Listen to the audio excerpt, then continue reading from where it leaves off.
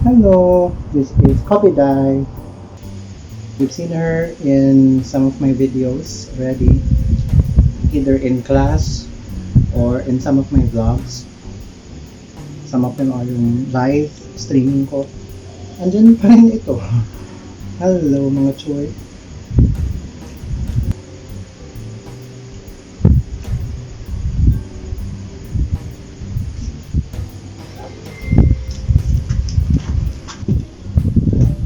Okay, so welcome to my vlog. Okay, so if you're new to this channel, hit that subscribe button. And if you insist of being updated with my latest videos, bell icon is just down below. Okay, this is another raw talk vlog, something like that. So in this vlog, I'll just answer some random questions again, part 2.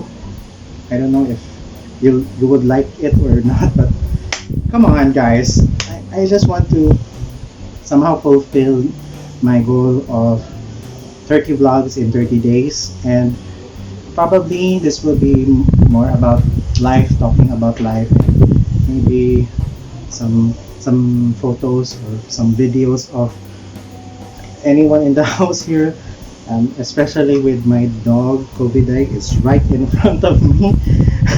So yeah, so today I'm gonna share some answers to the questions on this website. I'll put the link in the description below. Sabi dito, deep questions to ask in your journal. So I'll just put into quite minute details lang, konting ano lang, para naman magkasya sa ating video. But maybe I would also put that in my journal later on, before I sleep or when I wake up, or during some mundane times of the day, no? So this would be some questions that some would somehow reflect on how I have been in the past 30 years or so. No? So anyway, so let's answer these questions. Okay. Question number 1.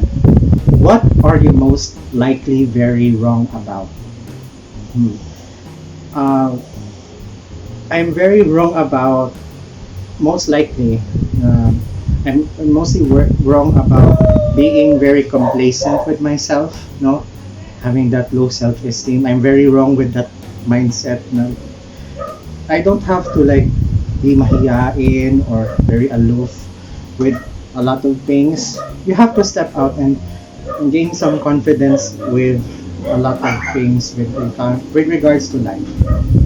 Whether it comes to sensya na sa dog, when it comes to interacting with other people, or when it comes to, you know, gain some friends, no?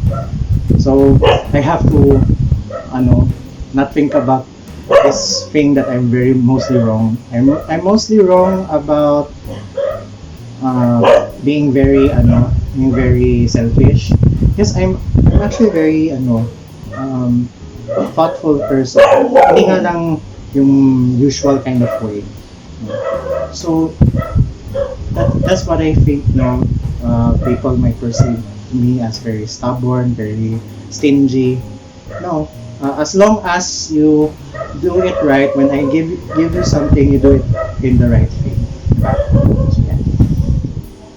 Okay. Number 2, what chapters would you separate your autobiography into? Okay.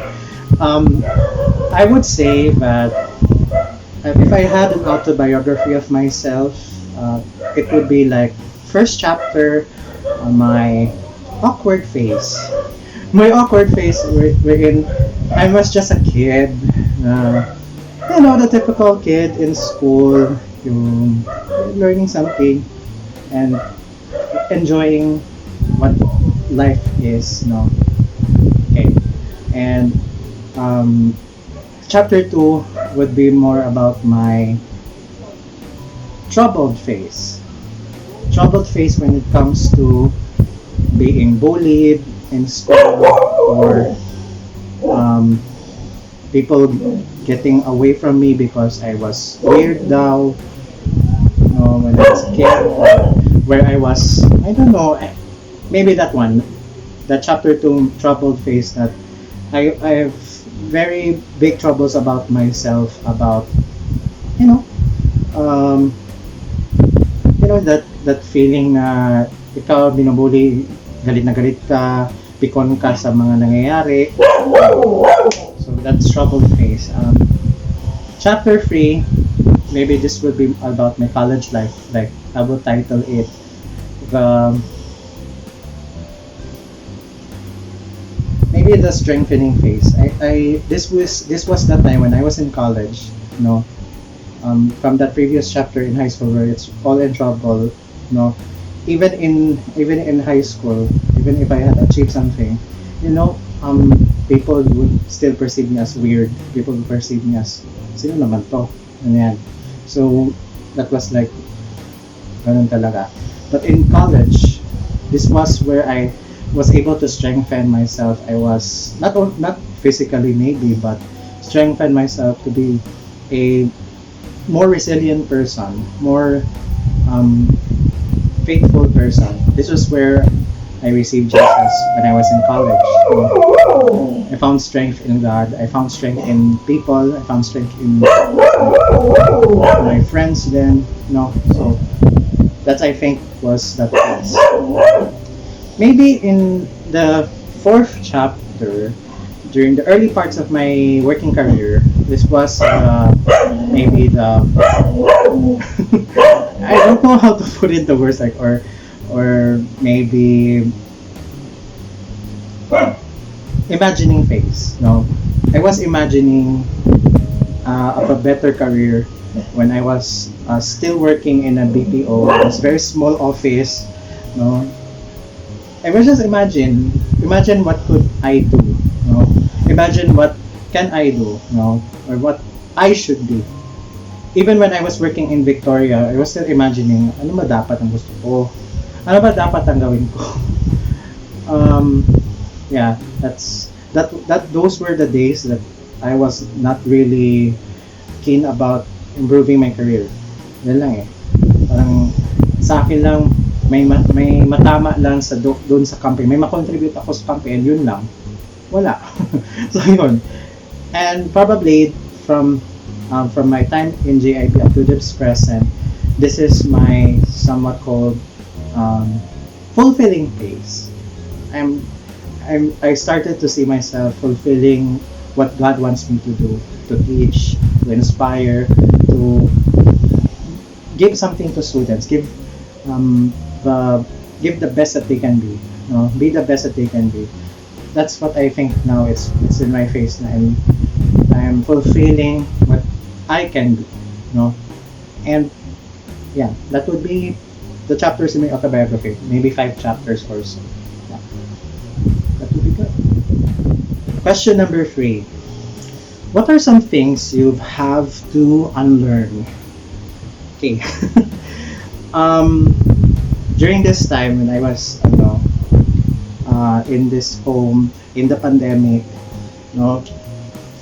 when I was stuck at home for almost few months na, during the ACQ time here in Davao, I was really nerve-wracking. Parang gusto ko talagang kumawala sa sa sarili ko na ba't ganito, ba't ganon na I don't like this life here at home na kitang-kita ako ng family ko, or kitang-kita ako ng ng kapatid ko.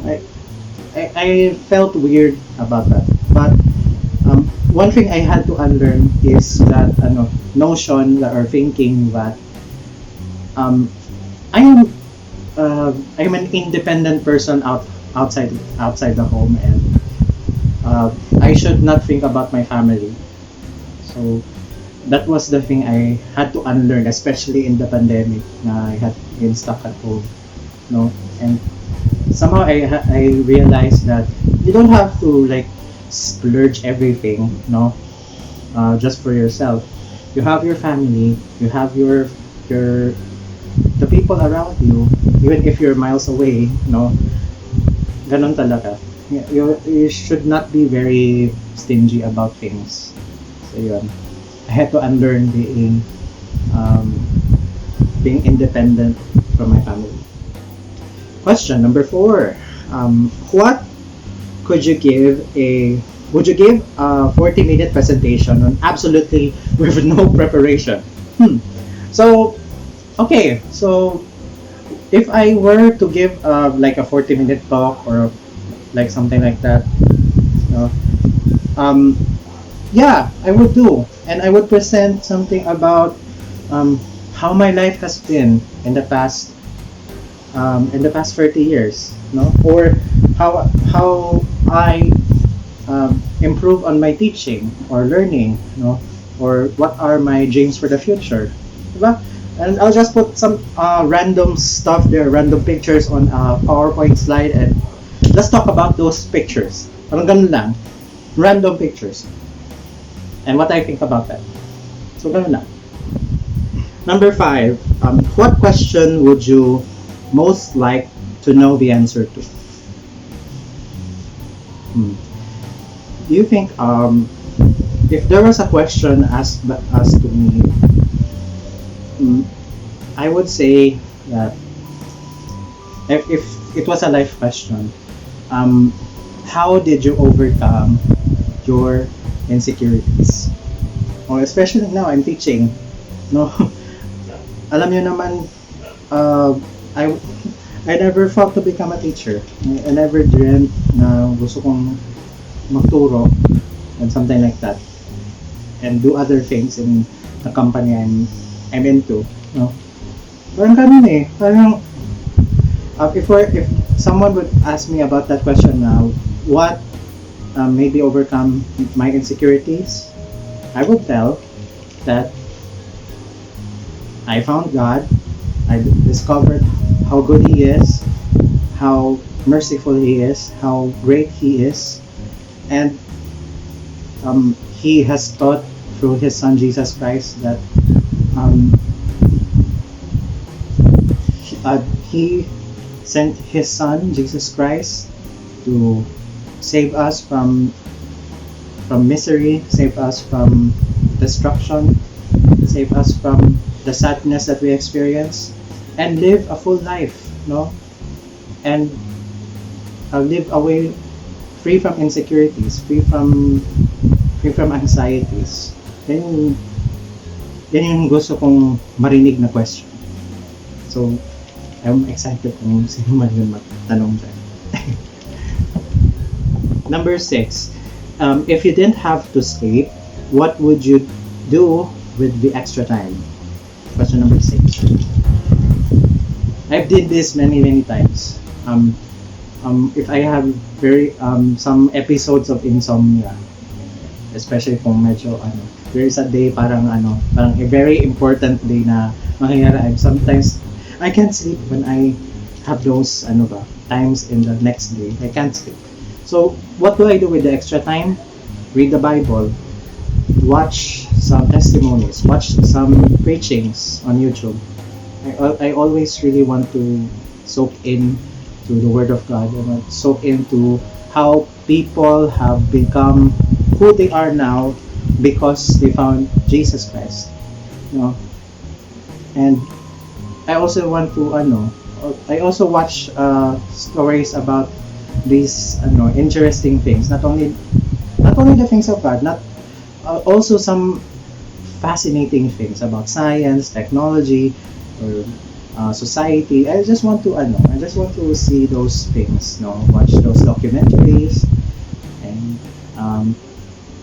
and some vlogs about life. So ganun ang ginagawa ko if I don't have time to sleep or something like that. Yeah. Why did you decide to do what you are doing now in your life? Okay. So probably this would relate to my teaching career now. Why did I decide to take teaching career? Because during that imagining phase when I was working in Victoria Plaza, I was still imagining anong pwede kong career na pwedeng makakontribute sa ibang tao na not only ano lang, parang ano lang, passively lang. I want to be active in sharing things to a lot of people. And teaching was one of those options. And what made me decide is that I thought that being in an office, like being stuck in an office isn't for me. Being stuck in a cubicle isn't for me. Parang hindi siya maganda para sa akin, for my health or for my well-being, for my sanity siguro. I really thought about that actually. Why not I want to go around, go to many classrooms kung pwede, just to relay lessons to my students and be inspired, let them think about what they really need to do. So yun yung that is actually a turning point. Number 8, what is the best and worst piece of advice you ever received? This is really a very tough question, especially when you know a lot of people already and you have encountered a lot of people who are either very enriching, very encouraging, and another group of persons are very toxic, very stubborn with, or who doesn't want change, parang ganun. Okay, the best advice I grabbed from someone is that one piece of advice gave to me is you have to step out of your comfort zone. That's it. Number one talaga na very sucks sa isip ko. The best advice I was given when I was like being counseled siguro, if I can remember correctly. I have to step out. I never sunk that thought in that time hanggang I went into teaching. I have to step out. It was never my comfort talaga kanang you teach students face to face, seeing all different personalities in one classroom. Grabe talaga yun. No, it's a very it's an experience that I really cherish. And the worst piece of advice I received during my lifetime is yung tipong di ka na wag ka nang parang yung words na parang wag ka nang don't ever forgive. Parang ganun ang vibe ba yung sinabi ng person na yun. Do not forgive, hindi ka na rin papatatawarin. That was one of that statements na narinig ko through my life na really? Okay, it was actually that statement. Don't you ever forgive. I will never forgive you. Parang ganun ba? Parang masakit and it stuck on me for like a few days or so. Lagi kong umiiyak every day. It was during my troubled years in high school, elementary and high school. When I don't know if it was a teacher or it was a classmate who told me that. Pero I forgave him or her, whoever he is or she is. Pero that was something na medyo masakit pa rin until I came into this phase na already when I was told I have to step out. I have to step out. I have to forgive. I have to release that forgiveness to that person, whoever he was that time. And sorry, ito emotional. Oh God. Whew. Alam niyo yun, na that feeling. Mahirap isipin na yun, na you've been hurt and you're told not to forgive. Is that an advice that people should do to another person? That's not the right thing. It's the worst advice you should hear from a person, not to forgive. Okay, but again, the best still prevails. I have to step out of my comfort zone. Number 9, what's the most impactful no you've said recently? Oh my god, that is one tough question. Um, the most impactful no so far that I did was to not to quit teaching at this certain point. It was a time, it was really during that pandemic phase. I was stuck at home. I was like buang na. I want to earn extra money. Why is it I only receive a very small pay and all of that? Parang nagiging parang naloko ako. I turned crazy. I don't know what to do actually that time. And then really um, someone actually, one company offered me a job, but then I really told that person on the phone na sorry po, I'm still in this company, I have to fulfill, no po, I will turn down this. And it was nerve-wracking for me because it was a good offer, but I turned it down because I still have a duty to fulfill. And that is crazy. That is really crazy. Sorry sa aso, they're very, they're very active at night. Tapos niya pag kumahol. But yeah, that was the most crazy no I did recently. That was so. Yeah, I'm still at that phase na I'm still fulfilling those things in life. Para naman hindi naman pwedeng mag-say no. Pero it's just there are really times that it's right to say no, and I think this was the no na masaya ako. And lately, actually now, throughout this whole phase now, I think I want to get into teaching for a longer period, as long as I would find a way that I could further my education. Yun lang. Okay? So that was the no nag-impact sa akin so far. Ito last, number 10. What was the most stressful experience of your life? Woo! Ito. The most stressful I experienced in my life is during that phase, before I transitioned into my imagining phase, before I got to work, before around the time after I graduated.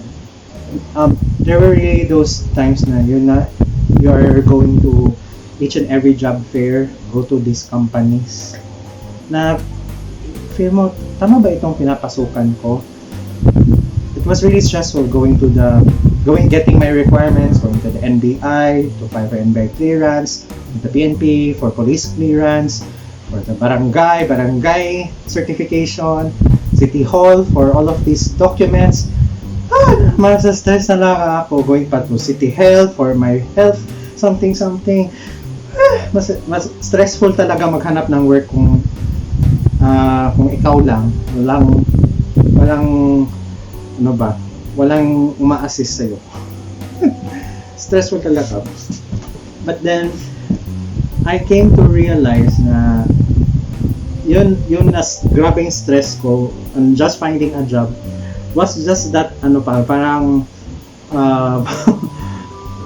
way to it's a way to become a career person, a way of passage into this career life after you graduated from college. Parang ganun ba no? Ganun talaga grabe ang stress ko nung naghahanap ako ng trabaho. So yun. Until I found this little BPO that paid well, but it never really made me a better person that time. But then, things have changed. Now in the pandemic, it seems na all the stresses now of teaching, parang wala yun sa kalingkingan na nagtuturo ako. na wala na sa kalintilan na wala sa kalingkingan yung pagtuturo ko, yung mga stress sa pagtuturo. Yung mga nangyari sa akin when I was just graduated from college, naghahanap ng trabaho, having these requirements, submitting all the resumes. Gusto ko I wanted to quit and I wanted mag-freelance lang ako man, ganun ba ang thinking. But well, nalagpasan ang lahat. So yun. Okay, so those were some deep questions. Very deep questions that I have I have answered. Okay, so if you want to share those your answers to these questions, I'll provide the link to this article in the description below. Para naman at least, if you want to share some thoughts about what I'm sharing to you, comment in the comment section below para naman may tayo. Alam ko hindi lang ito yung first na gagawin ko. Marami pa itong gagawin ko until I turn 30 years old. Okay? So that's it, guys. Thank you so much for watching this vlog of mine. So don't forget, subscribe button is just down below. And if you like this video, click that like button. At kung gustong-gusto mong ma-update sa mga latest videos ko, andyan si bell icon. Okay? So thank you so much, everyone. And thanks for being online. Bye-bye.